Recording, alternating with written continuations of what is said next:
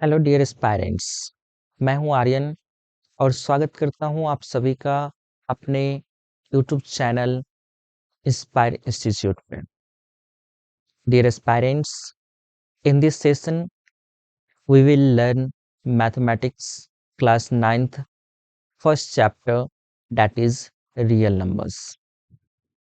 So let's start the session without any wasting of time. The first number that we have to learn in this session is natural number. As we all know that counting is started with 1 and it goes like 2, 3, 4 and so on. So natural numbers is defined as counting numbers are called natural numbers. The collection or set of natural numbers is denoted or represented by the letter n. आप यहाँ पे natural word के first letter को आप notice कर सकते हो, ये एन से स्टार्ट होता है। सो आप इसको याद रखने के लिए इसके इस वर्ड के फर्स्ट लेटर को याद रख सकते हो, क्योंकि नेचुरल नंबर का सेट रिप्रेजेंट किया जा रहा है एन से और नेचुरल वर्ड का फर्स्ट लेटर भी एन है। The smallest natural number is 1। आप यहाँ पे देखो इस सीरीज में जितने भी नंबर्स हैं 1 2 3 4 एंड सो ऑन, उसमें सबसे छोटी संख्या 1 है, इसलिए आप ये कह सकते हो कि स्मॉलेस्ट नेचुरल नंबर 1 है। चलिए अब पढ़ते हैं नेक्स्ट नंबर के बारे में, जो कि है होल नंबर। होल नंबर कुछ और नहीं होता है, it's nothing else but the collection of natural numbers together with zero. Zero को जब हम कंसीडर कर लेते हैं नेचुरल नंबर के सेट में 1 2 3 4 एंड सो ऑन, ये नेचुरल नंबर कहलाता है। तो इस सेट में अगर हम क्या करते हैं, जीरो को कंसीडर कर लेते हैं, तो ये जो पूरा सेट बनता है इसी सेट को हम लोग होल नंबर बोलते हैं और इसको डब्ल्यू से रिप्रेजेंट करते हैं। स्मॉलेस्ट होल नंबर जीरो होता है। आप यहाँ पे देखो जितने भी नंबर्स हैं 0 1 2 3 4 एंड सो ऑन, इसमें सबसे छोटी संख्या क्या है, जीरो है, इसलिए स्मॉलेस्ट होल नंबर्स जीरो होती है। उसके बाद नेक्स्ट नंबर जो कि इंटीजर्स है, इसके बारे में जानते हैं। इंटीजर्स कुछ और नहीं है बल्कि आप इसको ऐसे डिफाइन कर सकते हो कि ये होल नंबर्स का कलेक्शन है, ठीक है। और जितने भी नेगेटिव नंबर्स होते हैं, नेचुरल नंबर्स होते हैं, उन सभी का जो सेट होता है उसी को इंटीजर्स कहते हैं। यहाँ पे ये जीरो नहीं होगा। जब आप होल नंबर कहते हो तो होल नंबर के सेट में ही जीरो आ जाता है, इसलिए यहाँ पर आप जीरो नहीं कहोगे। हाँ, जीरो आप इन्वॉल्व कर सकते हो जब आप इस होल वर्ड के प्लेस पर नेचुरल वर्ड का यूज करोगे। जब यहाँ पे नेचुरल वर्ड आ जाएगा उस केस में आप यहाँ पे जीरो कह सकते हो, तो उस केस में आप इसको ऐसे बोल सकते हो कि all natural numbers zero and the negative of natural numbers are called integers. अब आप यहाँ पे इसका एग्जाम्पल देखो, ये माइनस पहले तो निगेटिव में इन्फिनेटिव डॉट डॉट डॉट, फिर -4 -3 -2 -1 0 1 2 3 4 एंड सो ऑन। तो यहाँ पे आप देख रहे हो जीरो के राइट साइड यहाँ पे जितने भी नंबर्स हैं ये सब नेचुरल नंबर हैं और इसके लेफ्ट साइड में भी नेचुरल नंबर है। अगर हम इसका साइन माइनस लगा दें तो नेगेटिव ऑफ नेचुरल नंबर बन जाता है, और फिर अगर जीरो को इन्वॉल्व कर लेते हैं इस नेचुरल नंबर के ग्रुप में तो उस केस में ये होल नंबर बन जाता है। तो आप बोल सकते हो यहाँ से whole number plus negative of natural number, तो ये बन जाता है इंटीजर। या फिर आप इसको बोल सकते हो integer is equal to natural number negative of natural number plus zero plus positive of natural number, ठीक है। तो ये इस केस में बन जाएगा। दैट मीन्स आप इसके डेफिनेशन को इस तरह से आप डिराइव कर सकते हैं। यहाँ से आप इसके सेट को रिप्रेजेंट कर सकते हैं आई और जेड से। अब इसके बाद हमारा जो नेक्स्ट नंबर होगा वो होगा इसकी टाइप्स ऑफ नेचुरल नंबर्स। तो इसको हम लोग देखते हैं। तो इंटीजर्स थ्री टाइप्स के होते हैं, पॉजिटिव इंटीजर्स, नेगेटिव इंटीजर्स और जीरो इंटीजर। अब इन सब के बारे में वन बाय वन करके लर्न करते हैं। सबसे पहले पॉजिटिव इंटीजर्स को देखते हैं। Positive integers are those integers which have plus sign or which possesses plus sign। तो ऐसे इंटीजर्स को हम लोग पॉजिटिव इंटीजर्स कहते हैं। यहाँ पे आप देख सकते हो 1 2 3 4 86, ये सब जितने भी नंबर्स हैं सभी पॉजिटिव इंटीजर्स हैं। और जब इनको हम सेपरेटली लिखते हैं, जब एक्सप्रेशंस में नहीं लिखते हैं, तो उस केस में यहाँ पे प्लस, इनके पहले प्लस का साइन नहीं लिखा जाता है। बट इन्हीं को अगर हम कोई भी एक्सप्रेशंस के फॉर्म में लिखते हैं तो उस केस में प्लस, जैसे यहाँ पे आप लिख सकते हो 4 + 2 = 6। तो यहाँ पे आप देख रहे हो कि जब ये 4 और 2 दो अलग अलग नंबर से आ रहा है और यहाँ पे ऑपरेशनल साइन के रूप में प्लस का यूज किया जा रहा है, तो यहाँ पे प्लस साइन आ रहा है। बट अगर नंबर्स को हम सेपरेटली लिखते हैं तो उस केस में प्लस साइन नहीं मेंशन किया जाता है। अब यहाँ पे आप देख सकते हो इसके सेट को हम लोग आई जेड से, आई प्लस से रिप्रेजेंट करते हैं और जेड प्लस से रिप्रेजेंट करते हैं। यहाँ पे अगर आप नोटिस करते हो तो सबसे छोटी संख्या जो है that means the smallest positive integers zero है। तो यहाँ पे आप बोल सकते हो कि smallest positive integer is zero. Now let's go to the next number, that is negative integers. Here you can see that negative integers are those integers having minus sign। अब यहाँ से हम लोग इसकी रिप्रेजेंटेशन को देखते हैं। तो i माइनस और z माइनस से इसको हम लोग रिप्रेजेंट करते हैं। यहाँ पे इसके एग्जांपल देखते हैं। तो -1 -2 -3 -4 and so on. Next thing that we have to learn is the largest negative integer is -1। यहाँ पे आप नोटिस करना, लार्जेस्ट नेगेटिव इंटीजर बोला जा रहा है, ये -1 होता है। क्योंकि जब आप क्या करते हो एक नंबर लाइन पे, इंटीजर्स का जो नंबर लाइन होता है वो कुछ इस तरह से होता है। जब आप क्या करते हो इस नंबर लाइन पे जीरो के लेफ्ट साइड चलते हो, मूव करते हो, तो उस केस में यहाँ पे जो लार्जेस्ट नेगेटिव इंटीजर होता है ना, वो -1 होता है। क्योंकि जब आप इसके लेफ्ट साइड चलोगे उस केस में एक ऐसा भी पॉइंट आएगा इस नंबर लाइन पे जो कि नेगेटिव इन्फिनिटी होगा। तो ये जो होगा ना वो हम कह सकते हैं कि स्मॉलेस्ट नंबर होगा, सबसे स्मॉलेस्ट।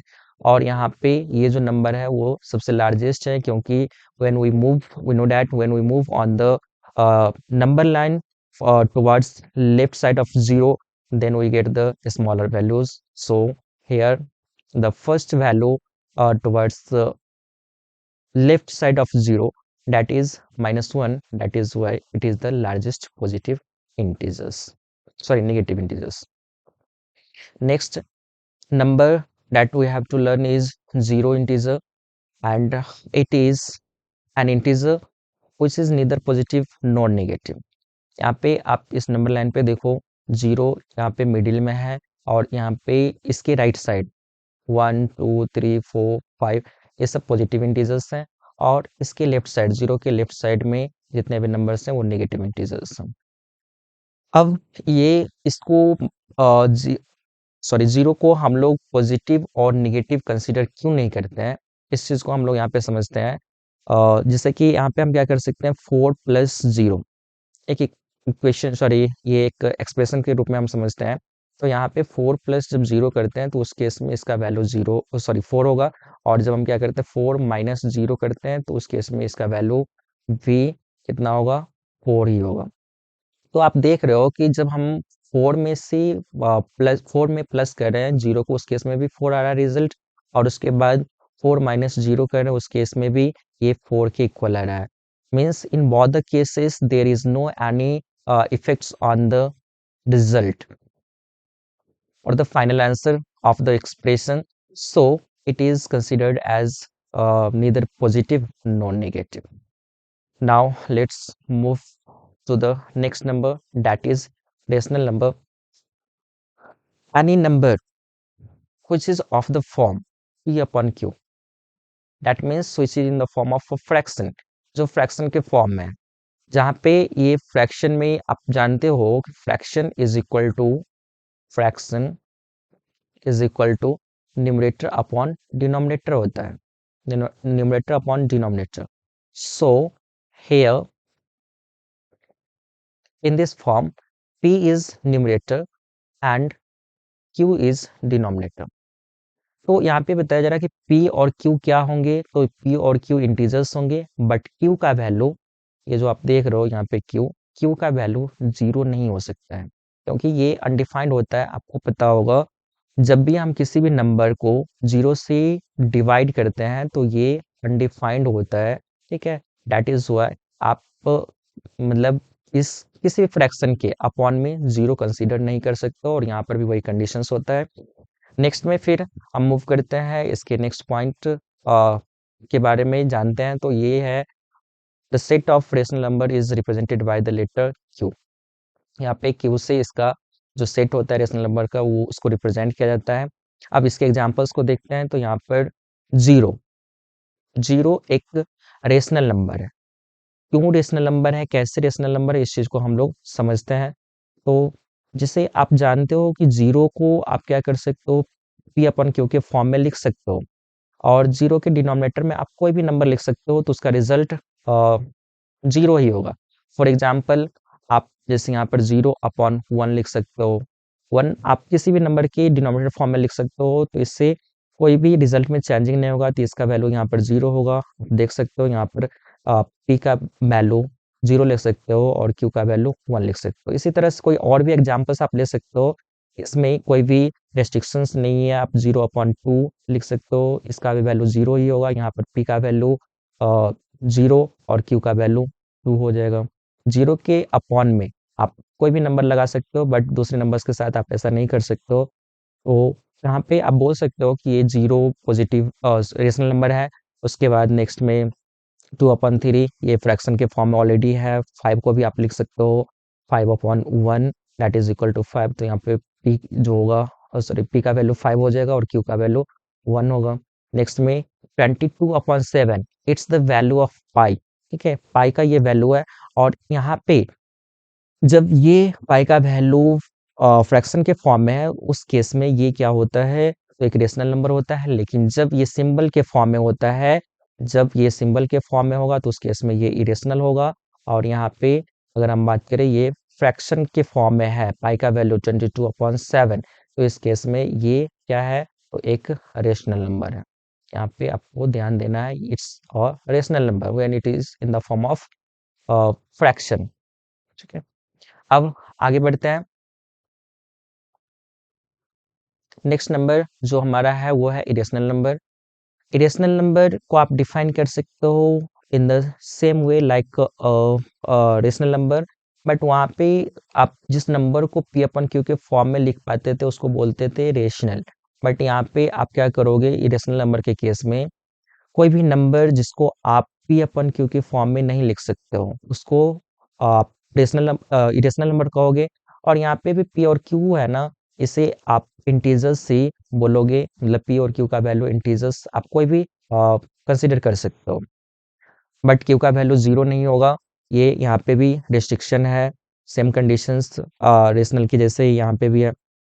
अब इसको आप दूसरी तरह से डिफाइन कर सकते हो. Irrational number means a number which is not rational. अगर कोई भी नंबर रेशनल नहीं होगा, तो इसका मतलब वो नंबर क्या होगा, इरेशनल होगा. तो आप कह सकते हो N irrational number is a number which is not rational. अब इसके सेट्स पे आते हैं. सेट का रिप्रेजेंटेशन हम लोग क्यू डैश से रिप्रेजेंट करते हैं. यहाँ पे एग्जांपल देखिए तो √2 √3 cube root of 4 cube root of 5 pi. Here I have already discussed about it, it is an irrational number. So pi 0 point, next example is 0.404004004. It's a non-terminating non-repeating decimal, so it is an irrational number. Now, the last number that we have to learn is real numbers, about which this chapter is. Uh, Real numbers is defined as the collection of rational and irrational number.